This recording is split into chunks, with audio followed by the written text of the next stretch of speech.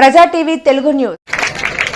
మల్లెపూదండ మా కన్న తల్లికి మంగళహారతులు, కడుపులో బంగారు కనుచూపులో కరుణ. ప్రజానికానికి మరియు నా హృదయపూర్వక నమస్కారాలు.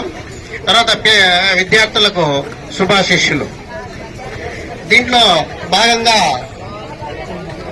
మన ఛాలెంజింగ్ ప్రోగ్రాం రాష్ట్ర ప్రభుత్వం చేసినటువంటిది ఏమంటే ఇంటర్మీడియట్ పిల్లలు కూడా భవిష్యత్తులో ఎలాంటి మాట్లాడుతున్నామా పోషక విలువలు కలిగినటువంటి ఆహారాన్ని తీసుకొని వాళ్ళు బాగా చదువుతారు. తర్వాత వాళ్ళకి హెల్త్ పరంగా కూడా ఎటువంటి సమస్యలు రావు.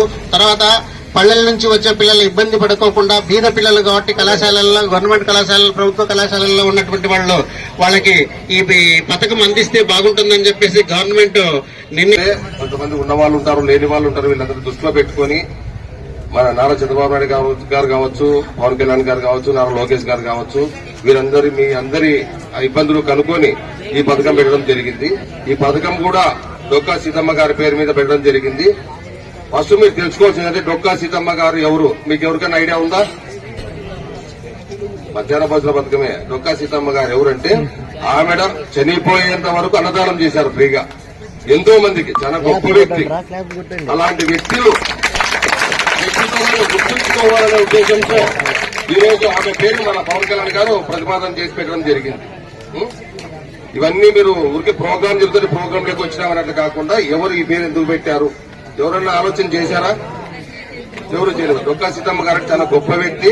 ఆవిడ చనిపోయేంత వరకు ఫ్రీగా అన్నదానం చేశారు అందరికీ. అందుకని ఆవిడ పేరు ప్రతిపాదించడం జరిగింది.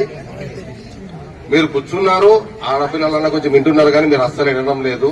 మీ ఇంతమంది ఉపాధ్యాయులు ఇంతమంది ఎందుకు అరుస్తున్నారు, ఎందుకు చెప్తున్నారు అంటే మీ భవిష్యత్తు రేపొద్దున బాగుండాలా, మీ కాలం మీద మీరు నిలబడాలనే ఉద్దేశంతోనే చెప్తున్నారు. కంపల్సరీగా ఇది వినాలి పెద్దల వాళ్ళు. రేపు పొద్దున మీరు ఇక్కడ కూర్చొని మాట్లాడి మీరు చెప్పే విధంగా మీరు తయారు కావాలి.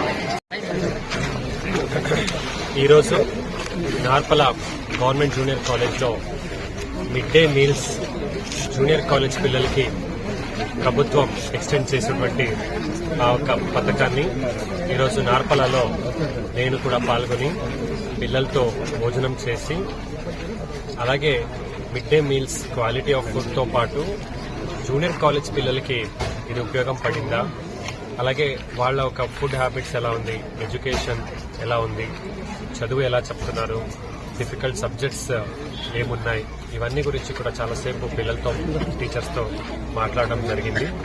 ప్రభుత్వం జూనియర్ కాలేజెస్ ఎక్స్టెండ్ చేస్తే అనంతపురంలో 23 జూనియర్ కాలేజీలు ఉంటే 23 కాలేజీలో కూడా మేము ఈ యొక్క సదుపాయాన్ని ఎక్స్టెండ్ చేశాము.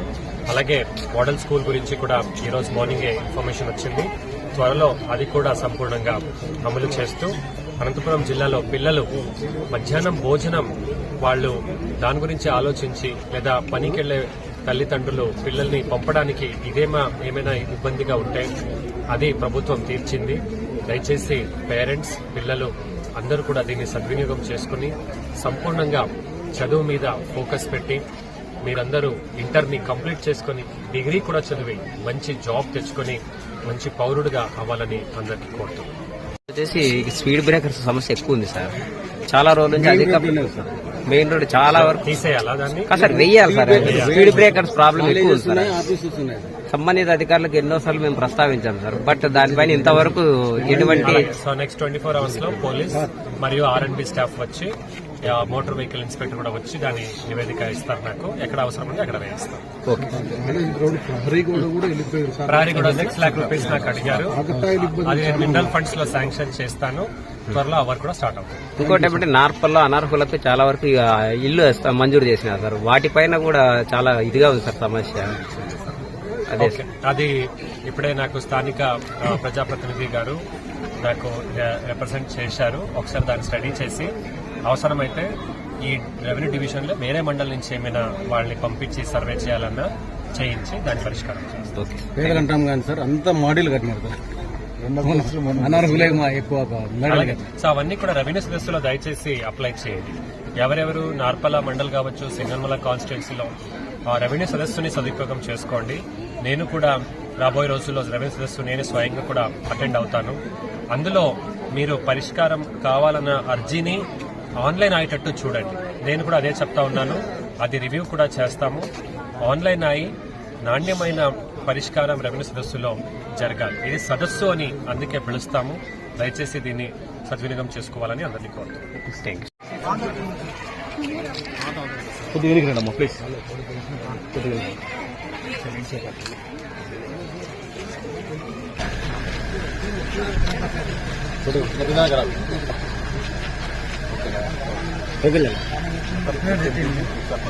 एक मुबारक